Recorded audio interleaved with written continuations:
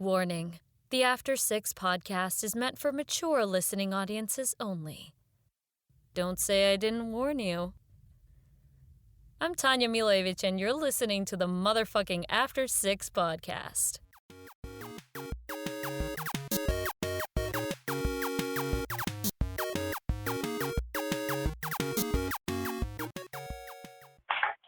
That'd be me. The actual live TMFS as seen on Twitter. Yeah. Is that? Does this sound okay? No, it sounds kind of like crap, but I mean, luckily I've got some audio software I can maybe help that out.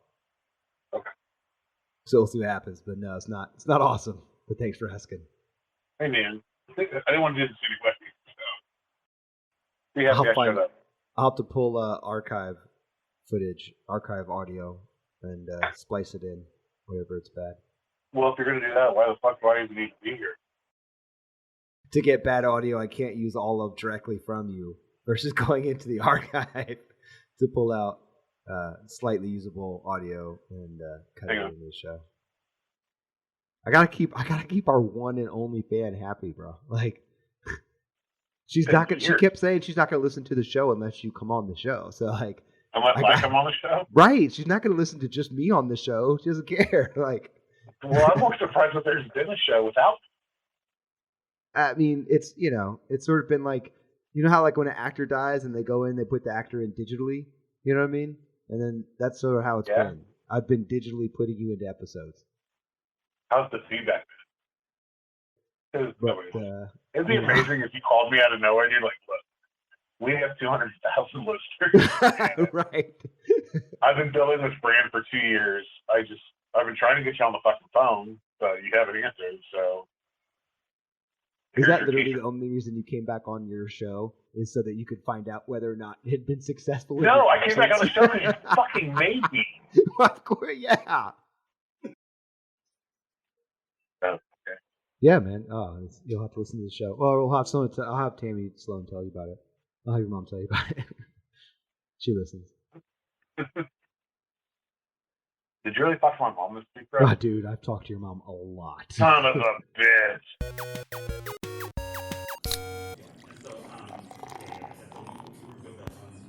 Let's go bother Bryan real quick. Bryan, you coming over here to bother you. Who you got here? Welcome to the After Six Podcast Live, by the way. Hey. Good to see you again. Travis sends his condolences. Who do we have on the show? Who'd you bring on the show? This is Alex Mason. Hey. We're not going to stick around for that long, but Alex Mason is on the show now. He didn't want to be, but now he is.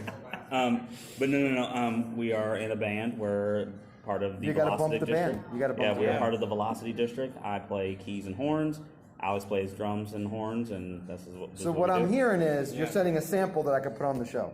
I can do. Yeah, you got all my stuff. We got You got all the socials, so yeah, send some stuff over, man. We'll get it on the show. Yeah, we'll get it on the show. Why don't you redo our theme song, bro? Okay. Send us what you want, and we'll make it. It's the same song we've had forever, but it needs like re-recorded, like. You know what we did over COVID? Let me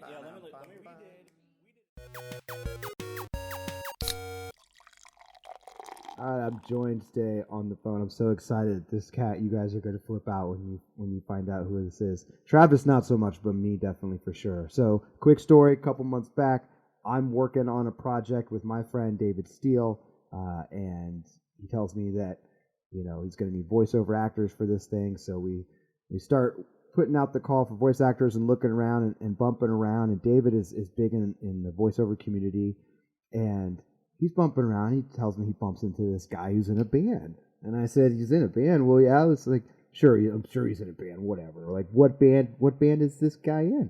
And he's like, he's in Cracker. And I'm like, what? Shut up. Because unbeknownst to him, because he took the 10 minutes for me to stop freaking out. Because unbeknownst to him, that's one of the, biggest bands of my lifetime for me, and when you get into music, you have your favorites, right? And that was definitely one of mine. So this is a cat that does voiceover. He plays bass in one of my favorite bands of all time. So ladies and gentlemen, without further ado, Mr. Bryan J. Howard. Welcome to After Six Podcast. Hey, thanks so much for having me. It's a blast to be here. Yeah, well, you haven't been here that long, so it's still a blast. Give us about 10, 15 minutes. Well, you said some nice things, so that's fun. Once I figured out that you were a cracker, we started looking at some of your stuff. But it's not just the cracker thing. I don't want people to think that like, oh, he's a bassist in a rock band and that's his thing. Like, there's a large range of things that you're into, and it goes back to when you were a kid. Can you tell us a little bit about your early start with music? Was it fife and drum? Was that what it is? Yes. Yeah, I was in a fife and drum corps. So, picture me in a powdered wig and, wool overcoat. I think our uniform was styled on the Continental Marine of like 1783. So it was, a pretty wild look for me. But I learned to play fife, and I moved my way up to drummer, and I went through all drums. We had tenor drum and snare. And then I was the drum major for, I want to say, at least 6 years or so. But that was pretty wild because we would, we went to Ireland 4 times, marched in the St. Patrick's Day Parade. I was on the Today Show with Willard Scott. I don't know if folks still remember Willard Scott. And, I remember, and it's funny because it just showed up on YouTube recently. There's this thing from back when I grew up in the D.C. area, Alexandria, Virginia, and there was a guy who used to do like real fluff pieces on the news, and he did this thing with us, Washington's birthday, and we're all dressed in the colonial garb, and basically we're supposed to like call Washington daddy or something like that. Turns out that dude was Steve Ducey. So it's just kind of, yeah, strange. One of my first performances, his drum major was for some kind of Pat Robertson thing. So it was just weird, But what happened was when I was in the Guard, I had some good friends, Andrew McCain, Chris Anderson, Zach Andros, Bryan Dewey, and a lot of times after practices or performances, we'd go over to Andrew's house and would start playing music. So give it like 10 years or so, Andrew, a guy named Ian Worden, and I had a band called Slack Daddy, and we decided we were going to move to Athens to try to take advantage of what was going on with all the extra people in town for the Olympics. And then Slack Daddy moved to town and, played for a while. And I wound up playing with a guy named Kevin Kinney. Kevin has a band called Driving and Crying. So I was in his band for about 8 years. And then he introduced me to some folks. This is kind of funny because on the way to my very first show with Kevin, he's like, hey, so who's some of your favorite bass players? And I'm like, well, of course there's James Jamerson and Carol Kay and, Willie Weeks and Brian Ritchie. He's like, wait a second. You Brian Ritchie from the Violent Femmes? I was like, yeah, absolutely. I'm like, the dude's a monster. And he's like, he's one of my best friends growing up. I was like, no way. So at some point, hold on, this dude knows it. Okay, all right, go ahead. I just had to take a minute and breathe because you said Violent Femmes, and I had to wait for Let Me Grow On to stop playing in my head before I could let you go on with the story. Okay, now you may continue. Go ahead. Yeah, it's crazy because so basically what happened was I wound up on tour playing bass for Sarah Lee Guthrie and her husband, Johnny Irian, her husband at the time. Sarah Lee is Arlo Guthrie's daughter. Kevin was opening the shows for a while, and he dropped off the tour in California. But before he left, he gave me Brian Ritchie's number. He's like, call him when you get to Milwaukee. So I actually did. He said that I told him, hey, they're going to be tickets for you. He came out, he stood in the wings of the stage with his arms folded, like just stone faced the whole time. It freaked me out. I was like, oh, he hates it. And then we talked for a long time afterwards, and he's like, well, we're going to be in Charlotte on the 29th. So if you feel up to it, I'd love to have you come out and play bass on Gone Daddy Gone while I do the xylophone solo. I was like, yeah, sure. And then, you know, you check your schedule real quick to see if you were busy at that. Well, hold on. Let me get back to you. It looks like I'm not busy. I'll go ahead and play bass for you. Yeah, that's exactly. not a problem. It's crazy. Right. So, Okay. so we, meanwhile, okay, so keep in mind it's October 29th, but it's their Halloween party. Violent Femme's one of my favorite bands of all time. So I'm about to play with one of my all-time favorites with a crowd that's entirely dressed like demons and skeletons and stuff like that. It's kind of a weird situation. You know, leading up to it, he would send me emails. It's like, oh, well, I need you to play on, you know, Add It Up as well, or I need you to play it on this, I need you to play on that. I wound up doing like half the show. So even their manager was like, you know, this is kind of odd. He doesn't really do this with folks. He has lots of people come up, but for you to play this many songs, it's like just kind of crazy. So it got to the point anytime they were in like 200, 300 miles of Athens, he'd send me a message and ask if it was if I felt like driving. And then once he's like, hey, is Missouri too far? I was like, yeah, that's a bit of a haul. 15 minutes later, there was a plane ticket in my email. So it was pretty wild. That's incredible. Yeah, so that's incredible. So how long did you play with Slack Daddy? How long did the Slack Daddy gig go? And how long were you sort of gigging with Femmes before you hit that next stage? Slack Daddy was around a good while because we played for at least 2 or 3 years when we were all still in Virginia. I moved to Athens in '96, and I believe I started playing with Kevin in 2002. And Slack Daddy stayed pretty active, I think, until right around 2004, 2005. So, we were doing shows when I wasn't with Kevin. Sometimes it would be Slack Daddy opening for Driving and Crying. We did that a few times. And eventually, we stopped again. I think it was around 2005. And I put together another band called The Heap. And that was based on the fact that I had been talking to Bryan from the Femmes. He was like, yeah, just go ahead and start another band. You can do 2 basses. We do it. And I was like, yeah, why not? He also said, go to the college, get some horn players or whatever. And so it was pretty wild that that's where The Heap was born. So The Heap still plays now, which is 2 basses, horn section. So we've had 2 records out. Yeah, it's a fun one. The killer horn players, and it's I'm basically playing. I call it a tenor bass. I string it a little differently and playing chords. I initially saw it as like hoping it was going to be some kind of Morphine ripoff band, So I love that, But it became more of what I like to call indie soul. It's not like hardcore R&B or anything, but it's fun. It's great for driving. It's a lot of fun live. And then I guess it was. I play in Athens is one of those towns where people play in a few bands. It's not uncommon for someone to be in 2 or 3 bands at a time.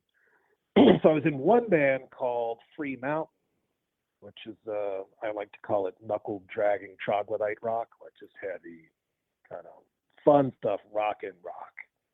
And we played at the 40 Watt one night, and David Lowry came up to me and was very complimentary.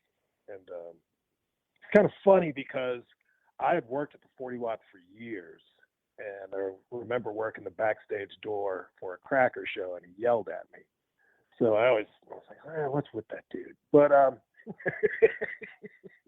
that's so on brand, I think, for Professor Lowry. Yeah. He's surprisingly chill when you get to know him. You just, there are times when he's serious and doesn't want anyone to mess with him. So easy. Well, and to be fair, that's the MO, right? That's what we've all heard as Cracker fans. That's what we've seen, is what we witnessed, is that, yes, there is that layer. There's that hard outer layer that you can sometimes encounter. But by all accounts, once you get to know that, there's another side to that coin, shall we say. For sure. absolutely fantastic sense of humor. We go out really well. I like David. Truly do. So yeah, he came up, but it was weird that night. I went and told my wife, I was like, for some reason, I feel like I'm going to wind up working with him. And then it was July 2nd, 2012. I got an email from his wife asking if I could, who also manages the band, asking if I could go out for a month with them. They were doing a tour with Blues Traveler, and Bare Naked Ladies. So I was working at a software company at the time. Went to my supervisor. I was like, "Hey, this just popped up." And he's like, "So, what are you going to do? You're going to take vacation time, or are you going to work while you're on the road?" I'm going to work while. What? It's like I'm going to double dip as much as I can. So that's so crazy. it was pretty wild. I did that for like 3, maybe 4 years. I mean, we'd be in London after sound check, and I'd go and like, okay, I'm going to install this guy's map viewer now, or whatever, or cutting aerial photos backstage. So, but it's. I can't imagine that. yeah. David would walk by backstage while I'm cutting aerials and say, "Oh, drone strikes again, right?" It's like, yeah, you know how it goes. Yeah, it's a thing. You know how it is. And then, so I've been with the band steadily since 2014. Now, were you on Bakersfield? They had, I know Sal Maida played on Berkeley to Bakersfield. And the deal with that record is there are two, there's the Berkeley record, there's the Bakersfield record. The Berkeley is more punk rock, and Bakersfield is more kind of country. And they brought back the, basically the original lineup because they had Davey Farragher, who's a monster. And, he had to leave the sessions because he was going on tour with Elvis Costello. That's who he plays with. And he had to get ready for that Wheel of Hits tour. That's incredible. Yeah, so I came in and did a few tunes.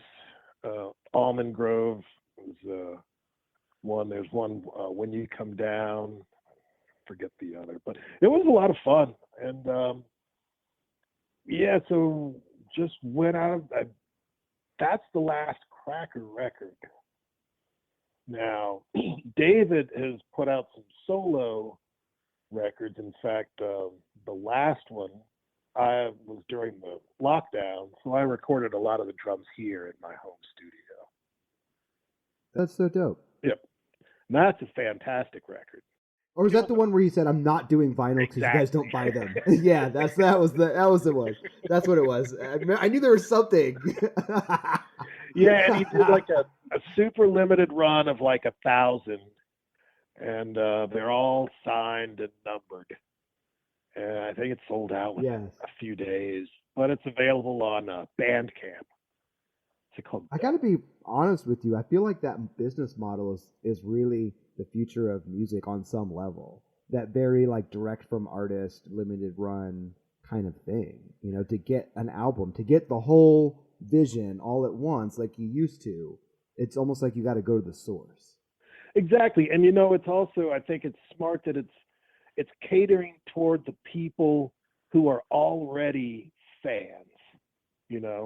Let's give them something that's great, and we don't have to worry about, if you have a certain number of your fan base, you can be satisfied with working to them. And it'll still spread, but it's not about being some, mega rock star. It's about putting out good product, or at least that's what, I feel, putting out great songs.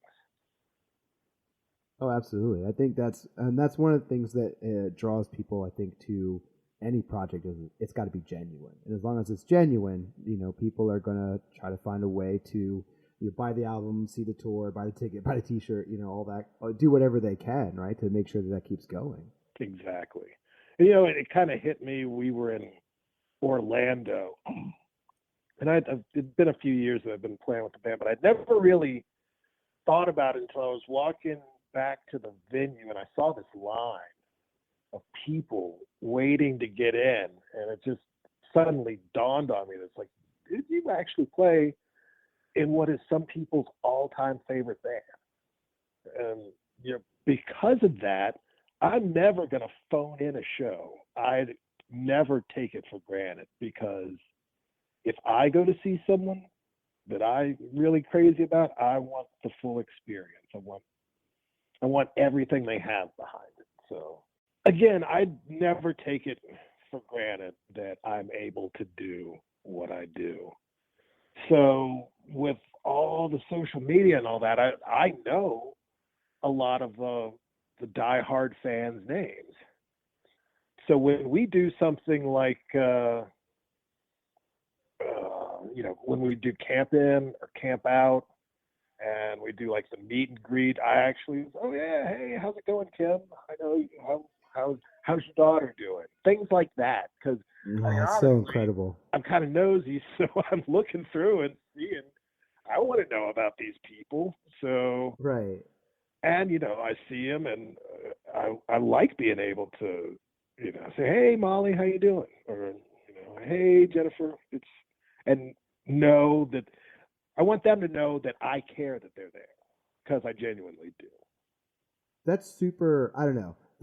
That means more to fans than you could maybe imagine. I don't know. Like, you're doing it right, so you grasp the sort of power of that. But I think from the other side, looking in, the impact is even greater than you can imagine in terms of how refreshing it is to be like, I've been following a band for X whatever albums, years, whatever it is, whatever your thing is. And when you go to the meet and greet and you're like, oh, yo, what's up? I loved you on XYZ track. And they're like, hey, Tim, how's it going? Like, that just, it's almost mind blowing in a way. It's like, yes. You know what I mean? Like,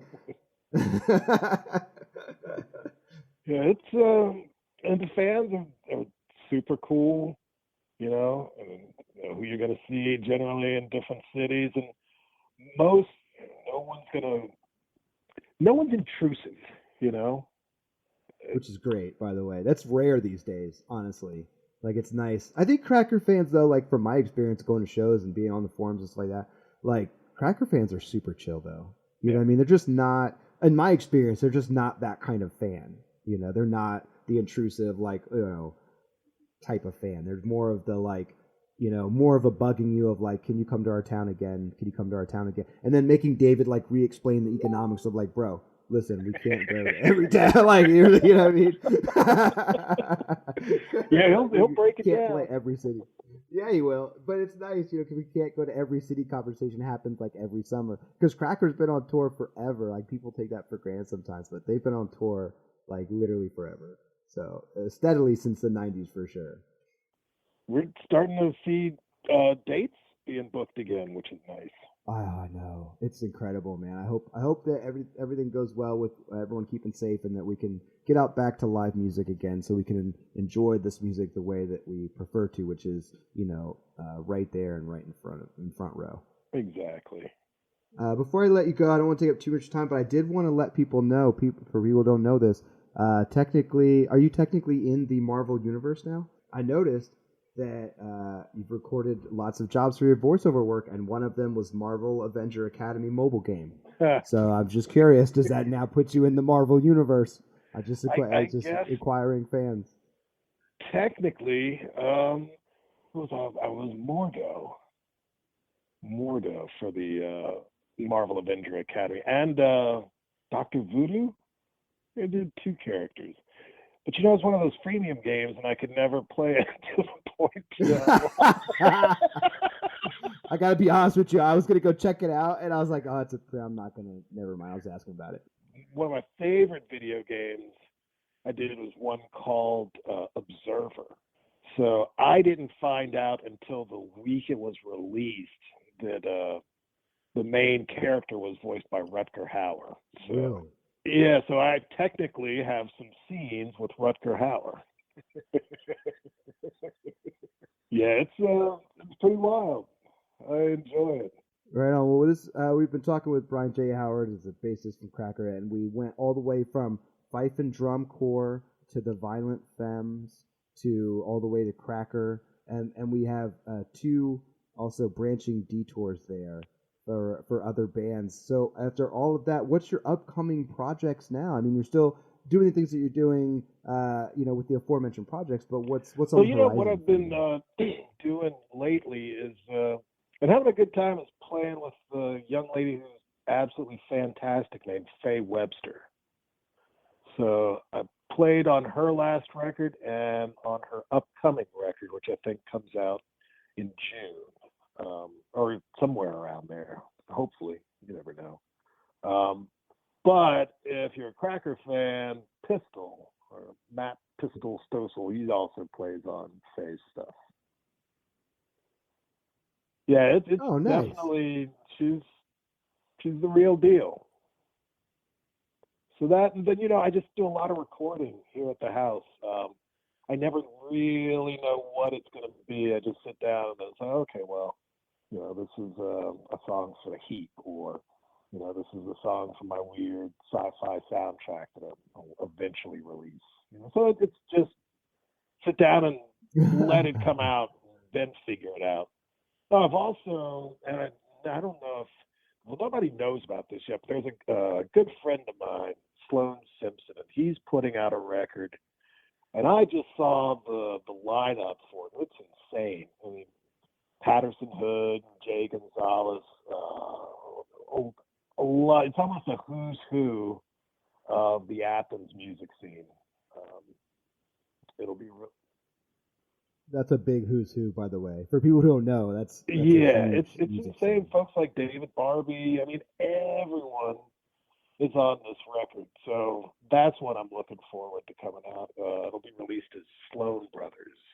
I forget the name of the album, but it's his first record, and it sounds great.